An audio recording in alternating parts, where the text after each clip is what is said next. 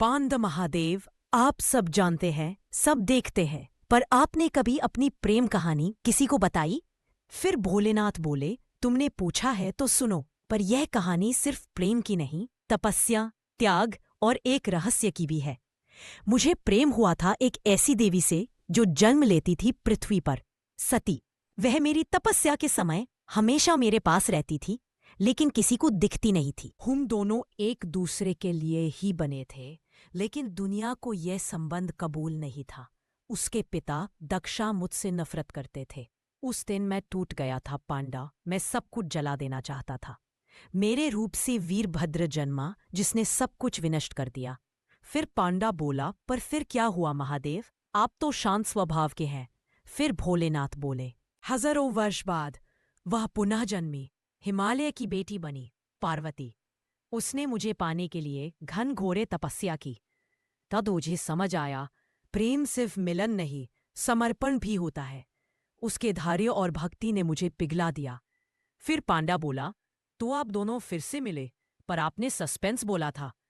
फिर भोलेनाथ बोले, प्रेम के राज हमेशा अधूरे होते हैं पांडा। क्या तुम जानते हो, पार्वती ने एक दिन मुझे एक सवाल पूछा था, क्या तुम अब भी सती को याद करते हो?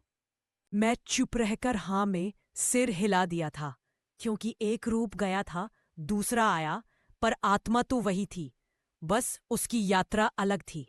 फिर पांडा बोला, मतलब पार्वती ही सती थी? फिर भोलेनाथ बोले, हाँ, लेकिन उसका यह सच उसकी तपस्या के बाद ही खुला।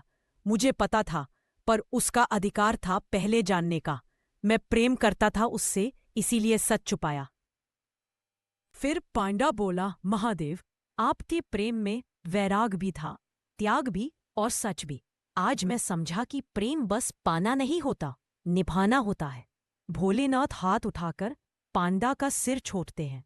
प्रेम वही है जो रूप बदलने पर भी ना बदले, और सच वही है जो समय पर खुलता है, ना उससे पहले। एक पांडा जो केवल सवाल पूछने आया था, आज प्रेम का सच सीख गया। महादेव के प्रेम की कहानी में जितना प्रेम था, उतना ही रहस्य भी। फिर पांडा बोला, महादेव, अब जब मैं अपना जीवन जीऊंगा तो आपके प्रेम की तरह जीऊंगा, सच के साथ, त्याग के साथ और बिना किसी शर्त के। फिर भोलेनाथ बोले, तभी तो तुम मेरे साथ बैठने लायक बने हो पंडा। प्रेम में जो सही है वो कभी समय से पहले नहीं मिलता, और जो सही के लिए रुकता है उसका मिलन भी अमर हो जाता है।